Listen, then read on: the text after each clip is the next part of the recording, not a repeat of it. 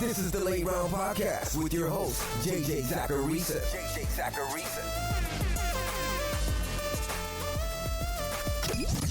What's up, everyone? It's JJ Zacharisa, and in this episode 804 of the Late Round Fantasy Football Podcast, sponsored by FanDuel. Thanks for tuning in. Last week's Sleeper Show had some really good plays and some really not good plays. Derek Carr, not a good streamer. Mac Jones wasn't very good either. But I did talk up CJ Stroud, and he was a QB1 in week 2. That was a nice deeper play recommendation. At running back, Josh Kelly, Justice Hill, Tajay Spears, they didn't do a lot for your teams. But Kyron Williams, Zach Moss, and Jerome Ford did. Now, the Jerome Ford thing isn't really that much of a W, because the process wasn't that Nick Chubb would get hurt.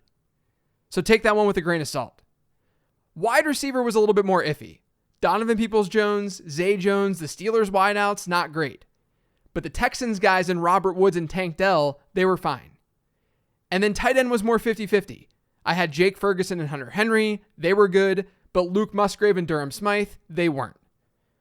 Overall, though, I'll take those kind of results when we're talking about players on the waiver wire. I think it's been an above average start to the year with this show. Now, who's ready for week 3? The first tier of players are rostered in 10 to 50% of Yahoo leagues. Maybe you could use them in your starting lineups this weekend. Maybe you won't. We'll see. The top quarterback streamer this week, though, in my eyes, is Matthew Stafford. The Rams currently rank first in plays per game, second in total dropbacks, and 10th in air yards per attempt. In turn, Stafford's thrown for 300 yards in both games this year. He hasn't been amazingly fantasy relevant because he only has 1 touchdown. But that's going to regress. The Rams have the lowest pass-to-rush touchdown ratio in all of football to start the year. Just 20% of their touchdowns have come through the air. That's a number that's not going to continue all season long. Both quarterbacks against Cincinnati this year, Deshaun Watson and Lamar Jackson, they finished as top 10 options. So the matchup shouldn't be overly difficult for Stafford. I don't feel as good about him as Stafford, but CJ Stroud does make some sense this week. I just rattled off some of the numbers for the Rams offense, but the Houston offense, they've had some favorable numbers too. They're 5th in pass rate, 3rd in plays per game, 4th in total dropbacks, 12th in air yards per attempt. This is clearly due to being in negative game scripts, but they could easily be in another negative game script this weekend against Jacksonville. They're big underdogs. The Jags also have a bottom 5 pressure rate to start the year. That could be a big deal considering the Texans' offensive line issues. So I think Stroud makes sense if you're desperate. Now at running back, it sounds like Isaiah Pacheco is dealing with a hamstring injury. At the time of this recording, I don't know if he's going to go this weekend against Chicago. If he doesn't go, then you could look at Jerick McKinnon and Clyde Edwards-Helaire. The Bears have been egregiously bad against running backs so far this year. They've allowed 2 top 8 performances. The Chiefs are monster favorites, so it could be a scenario where even if Pacheco goes, someone like CEH ends up getting more work than anticipated. So keep an eye on that situation. Now, I talked briefly about the Saints backfield on the 15 Transactions episode and how we needed more clarity. We got some clarity, fortunately, before waivers. Kendre Miller is going to practice and be ready to go this week, it sounds like. And I would play him over someone like Tony Jones. I think he's firmly in RB3 territory, which can be useful for people, especially the ones who lost Nick Chubb. The Saints get the Packers, and Green Bay's been a totally ordinary opponent for running backs to start the year, according to adjusted fantasy points allowed. Those are schedule-adjusted points. Clearly, our samples are small, though. Miller wasn't that much of a pass catcher coming out, but he's a super young and able back who's capable of carrying a big workload. I wouldn't be shocked if he has a decent week 3. And then after that game, we're talking about him maybe even seeing more work even when Jamal Williams is back. Obviously, when Alvin Kamara's suspension is over, he's going to be the top back there. But Miller makes plenty of sense here in week 3. We might see more Tank Bigsby this week. Travis Etienne has dominated that backfield with a 77% running back rush share to start the year, but Jacksonville's a big favorite this week against Houston. And the Texans are very beatable on the ground. They rank 7th thus far in adjusted points allowed to running backs. If that positive game script hits, which is very possible, don't be surprised if Bigsby gets more involved in this offense. We just didn't get to see that against the Chiefs in week 2. Now, in that same game is Devin Singletary. I think you have to be pretty desperate to use Singletary this week. But he does lead the Texans in 2-minute snaps, and he's coming off a game where he led that backfield in route participation. If that type of usage continues, and if this game script does indeed favor Jacksonville, It could be a game where he's on the field more than Dameon Pierce managers would like. I see him more as an RB4 though this week.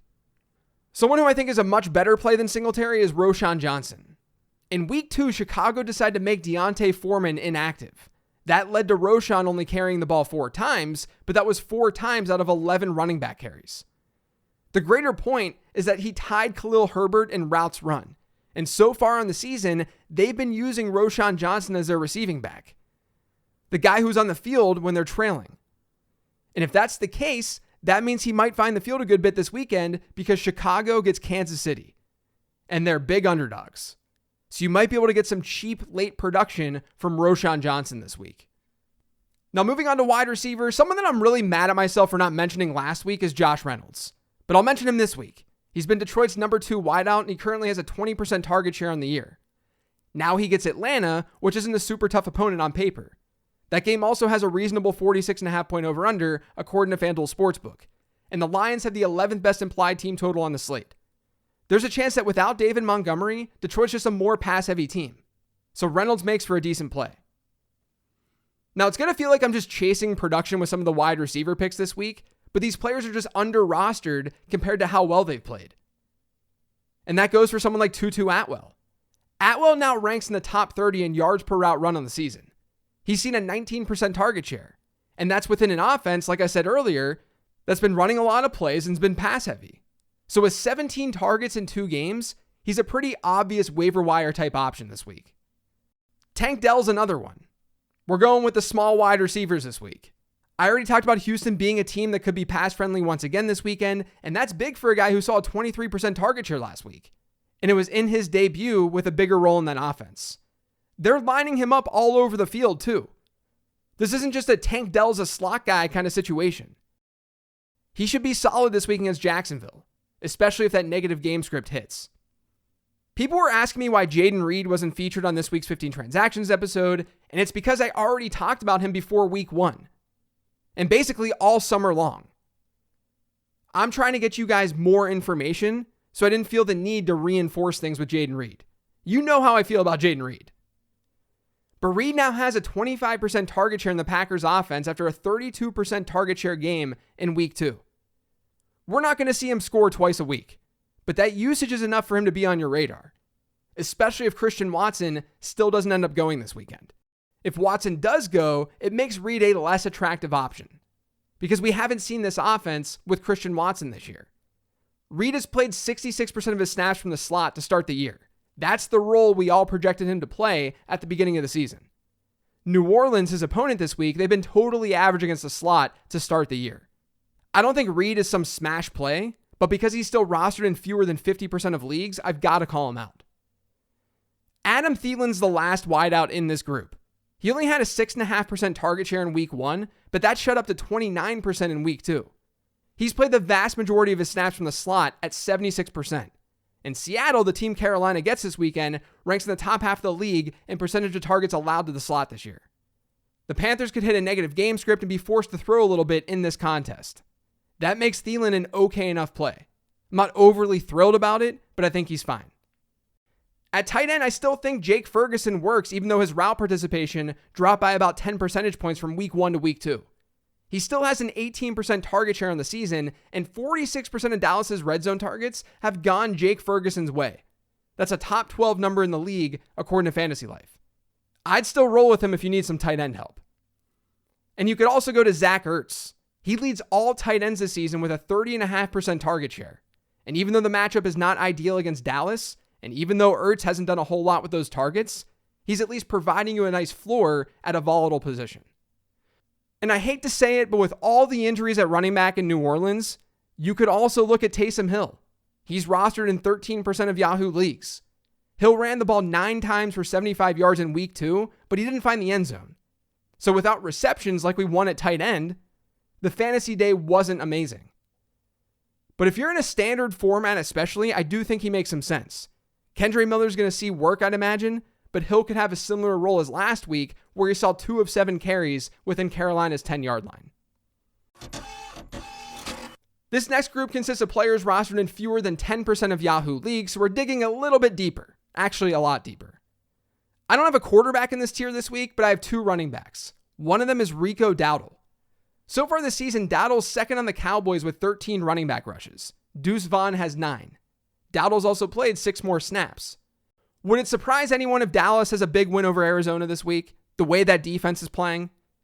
Since that's very, very possible, we might end up seeing more Dowdle in this game as the game unfolds, late in the game, and he could rack up some garbage time points.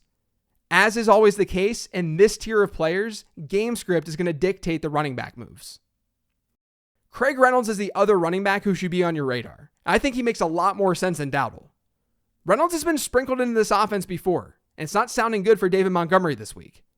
Jahmyr Gibbs, meanwhile, is not a bell cow back. That's not his game. That's not his role.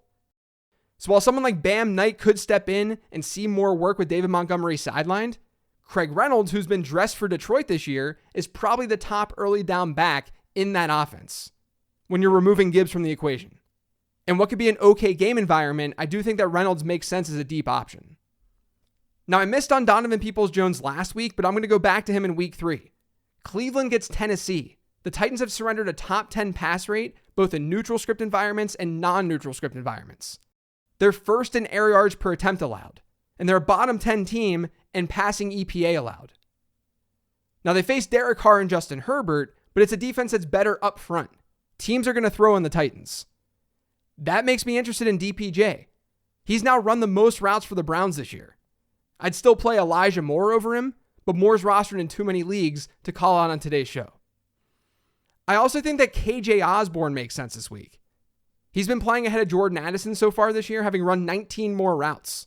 He hasn't been nearly as effective, but as a sleeper, that's still noteworthy. The Vikings get the Chargers this week in what could end up being a shootout. It's got by far the highest game total on the slate. And as I mentioned on the 10 Trends episode, the Chargers have been brutal against wide receivers to start the year. I obviously like Jordan Addison more, even with fewer routes run, but Osborne works as a deeper play. And then at tight end, I got one of them in this tier. I'm going to go back to my guy, Durham Smythe. The Dolphins get the Broncos this weekend, and they have a healthy implied team total of 27.5 points. Jalen Waddle's iffy right now at the time of this recording, but even if he goes, Smythe could produce. Not only has Denver been the 7th most advantageous matchup for tight ends and adjusted points allowed so far this year, their defense has been brutal. But Smythe still leads the NFL in tight end route participation. That's resulted in a 14% target share. He's certainly not an easy player to slot into your lineup, but the signs point to him being an okay play. Finally, with streaming defenses this week, Jacksonville is still under that 50% mark, despite being big favorites against a team that's allowed multiple top 10 performances this year. So they're definitely in play. As is Seattle against Bryce Young and the Panthers. Carolina's been a bottom 10 team in pressure rate allowed, and they're on the road in that one. So those are the 2 obvious units to call out here in week 3. That's it for today's show, though. Thanks to all of you for listening. If you've yet subscribed to the Late Round Fantasy Football Podcast, make sure you are by searching for it pretty much anywhere podcasts can be found. And don't forget to follow me on Twitter, @LateRoundQB. Thanks for listening, everyone. We've got the mailbag episode and a new Late Round Perspectives episode dropping tomorrow. I'll talk to you then.